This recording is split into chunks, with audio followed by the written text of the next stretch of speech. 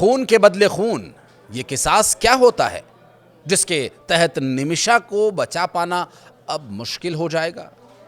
क्या शरिया कानून निमिषा के लिए माफी लाएगा या मुसीबत, मौत का फंदा? ये सभी सवाल क्या थोड़ी सी राहत के बाद आने वाली है कोई बड़ी आफत? इन्हीं सवालों का जवाब तलाशने की कोशिश करेंगे इस वीडियो के अंदर। बने रहेगा अंत तक हमारे साथ। नमस्कार, मैं हूं आशीष त्रिपाठी और यमन की जेल में सजा काट रही केरल की नर्स निमिषा प्रिया की फांसी को लेकर एक दिन पहले भले ही थोड़ी राहत की खबर आई हो, उसे बचाए जाने के प्रयासों में एक कदम आगे बढ़ता हुआ दिखाई दे रहा हो, लेकिन अब ये आस भी टूटती नजर आ रही है, क्योंकि अब बात किसास की है। जी हां, 16 जुलाई को होने वाली फांसी को तो टाल दिया गया, लेकिन अब पीड़ित परिवार ने जो शर्त रखी है उसने माहौल को और तनावपूर्ण बना दिया है। दरअसल यमनी नागरिक तलाल अब्दो महदी के परिजनों ने दो टूक कह दिया कि वो अल्लाह का किसास कानून के अलावा और कुछ नहीं मानेंगे, यानी खून का बदला खून। अब सवाल ये उठता है कि क्या वाकई निमिषा को मौत की सजा से कोई माफी नहीं मिलेगी? और आखिर ये किसास कानून है क्या? इतने विवादों में है। इस्लामिक शरीयत कानून की एक मूल अवधारणा है जो ये कहती है कि अगर किसी ने जान ली है तो उसके बदले उसकी भी जान ली जा सकती है, यानी सजा होनी चाहिए वैसी जैसा अपराध था। इसे बराबरी का जवाब कहा जाता है, यानी अगर दुश्मन कोई हमला करता है तो ठीक वैसे ही ताकत और उसी तरीके से उसे जवाब दिया जाए, न ज़्यादा न कम, बिल्कुल संतुलित बदला। कुरान पाक के सूरह अल बकरा में इसका जिक्र मिलता है और ये कानून सिर्फ बदला लेने का नहीं बल्कि न्याय का एक तरीका माना जाता है शरीयत के हिसाब से। लेकिन इसी के साथ एक और विकल्प भी दिया गया है, दियाह यानी ब्लड मनी, यानी पीड़ित परिवार चाहे तो माफ़ी दे सकता है। अब इसके बदले एक निश्चित मुआवजा भी दिया जाता है सैद्धांतिक रूप से। हाँ, अगर पीड़ित परिवार यानी तलाल अब महदी के रिश्तेदार ब्लड मनी स्वीकार कर लेते हैं तो निमिषा प्रिया को माफ़ किया जा सकता है, उसकी जान बच सकती है। भारत से गए एक धर्मगुरु ग्रैंड मुफ्ती कंथापुरम एपी अबू बकर मुसलियार ने भी यमन के धर्मगुरुओं से बातचीत की और फिलहाल फांसी को कुछ समय के लिए टाल दिया गया है। लेकिन अब जो घटनाक्रम सामने आ रहा है वो और भी खतरनाक संकेत दे रहा है। तलाल महदी के भाई अब्दुल फत्ताह महदी ने अपनी बात में कहा कि हम सिर्फ अल्लाह का किसास कानून चाहते हैं। अब ये किसास जो निमिषा की रोक सकता है सांस, माफ़ी का सवाल नहीं उठता। उनके मुताबिक न सिर्फ उनका भाई बेरहमी से मारा गया बल्कि पिछले 7 साल से वो लगातार मानसिक रूप से भी यातनाएं झेल रहा था।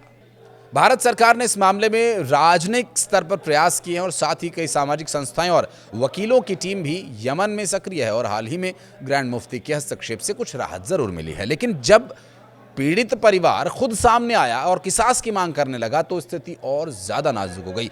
ये सिर्फ एक कानूनी मामला नहीं है बल्कि अब धार्मिक और भावनात्मक मुद्दा भी बन चुका है। इसमें शरिया का कानून आ चुका है। निमिषा के द्वारा किया गया कृत्य, भले ही उसके पीछे उसे अपने आप को बचाने की मंशा हो, लेकिन क्या वहां शरिया लगाया जाएगा? क्या कहता है शरिया इसके बारे में? अगर आपको पता है तो कमेंट सेक्शन में बताइएगा कि जो निमिषा के साथ वहां हुआ, उसके पार्टनर ने पार्टनरशिप के नाम पर जो उसके साथ किया, क्या ये उचित माना जाएगा शरिया में? फिलहाल फांसी को अनिश्चितकाल के लिए तो टाल दिया गया है, जिसका मतलब यह कि निमिषा को कुछ समय तो मिल गया है। अब सब कुछ इसी बात पर निर्भर करता है कि तलाल के परिजन अपना मन बदलें, और बदलें तो उसे ब्लड मनी के तौर पर क्या देना होगा वो सब विषय एक अलग का विषय है। लेकिन अगर वो ब्लड मनी स्वीकार करते हैं तो निमिषा की जान बच सकती है। लेकिन अगर उनका किसास पर गरारी अड़ गई और किसास पर वो अड़िग रहे तो शायद भारत सरकार के पास भी ज़्यादा विकल्प नहीं बचेंगे, क्योंकि वहाँ हूतियों की सरकार है और हूतिये जो होते हैं वो किस तरह के होते हैं शायद आपने हमारे अब से पहले कुछ वीडियोज़ में देखा भी होगा। साल 2020 में स्थानीय अदालत ने निमिषा को मौत की सज़ा सुनाई। 2023 में सर्वोच्च न्यायिक परिषद ने इस सज़ा को बरकरार रखा और फांसी टलने की खबर के बाद निमिषा के पति टॉमी थॉमस और उनकी मां प्रेमा कुमारी ने राहत की सांस ली ज़रूर, लेकिन अब वो सांस एक बार फिर थमती नजर आ रही है। प्रेमा कुमारी पिछले साल अप्रैल से सना में है और तलाल के परिवार से माफी मांगने की कोशिश में जुटी हुई हैं। ब्लड मनी ब्याह के रूप में $10 लाख की पेशकश की गई थी, लेकिन परिवार ने इसे स्वीकार नहीं किया था। भारत सरकार ने भी कूटनीतिक स्तर पर हस्तक्षेप किया और सुप्रीम कोर्ट ने 14 जुलाई को मामले की सुनवाई के दौरान केंद्र से हर संभव मदद का कदम उठाने के लिए कहा था। अटॉर्नी जनरल ने बताया कि यमन के हूती नियंत्रित क्षेत्र में सीमित पहुंच की वजह से बातचीत मुश्किल हो गई है।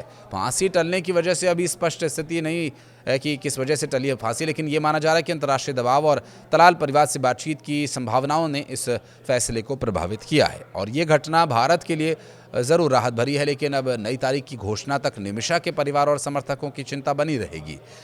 सरकार और कार्रवाई परिषद अब इस पूरे मौके का इस्तेमाल तलाल के परिवार से माफ़ी के बातचीत के विषय को आगे बढ़ाए जाने के लिए कर सकता है। गौरतलब ये भी है कि निमिषा जो केरल के पलक्कड़ की रहने वाली हैं, अपनी नर्सिंग की पढ़ाई पूरी करने के बाद 2011 में यमन गई थी कुछ पैसे कमाने के इरादे से। उनके माता पिता ने मजदूरी करके किसी तरह से अपनी बेटी को यमन भेजा और उन्होंने नर्स का काम शुरू कर दिया। निमिषा जो साल 2015 में यमन की राजधानी सना में एक मेडिकल क्लिनिक जिसमें उन्होंने काम करने के लिए मेडिकल क्लिनिक खोला और इसमें एक स्थानीय स्पॉन्सर तलाल अब्दो मेहदी उनका साथ देने के लिए, उनकी मदद करने के लिए आया, क्योंकि वहाँ का कानून ये है कि आप यहाँ के लोकल की सपोर्ट के बिना कोई बिजनेस नहीं कर सकते, उसे आपको पार्टनर बनाना ही होगा।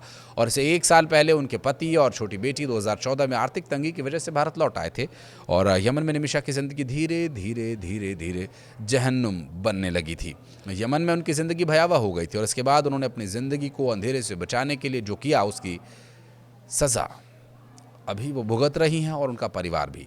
निमिषा के वकील ने सुप्रीम कोर्ट को भी बताया कि महिला की फांसी की तारीख 16 जुलाई तय की गई है, इसलिए मामले को 10-11 जुलाई को ही सूचीबद्ध किया जाए ताकि कूटनीतिक प्रयासों के लिए समय मिल सके। हालांकि ये जो 10 जुलाई या 11 जुलाई की सुनवाई थी, सूचीबद्ध की गई थी, इसमें भी अभी तक कोई अपडेट, कोई राहत की स्थिति नहीं बन रही है। हालांकि फांसी की सज़ा ज़रूर टल गई है, कूटनीतिक प्रयासों के लिए जो समय है वो मिल गया है। हालांकि सुनवाई के बाद कोर्ट ने 14 जुलाई को इसे सूचीबद्ध किया था।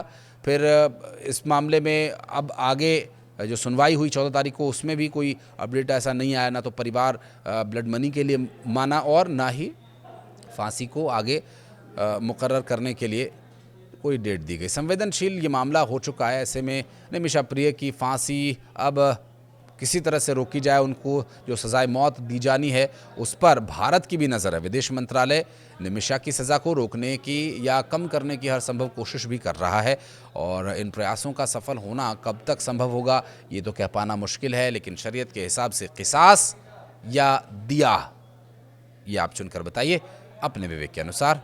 क्या कहना चाहते हैं? कमेंट सेक्शन आपके लिए खुला हुआ है हमेशा। धन्यवाद।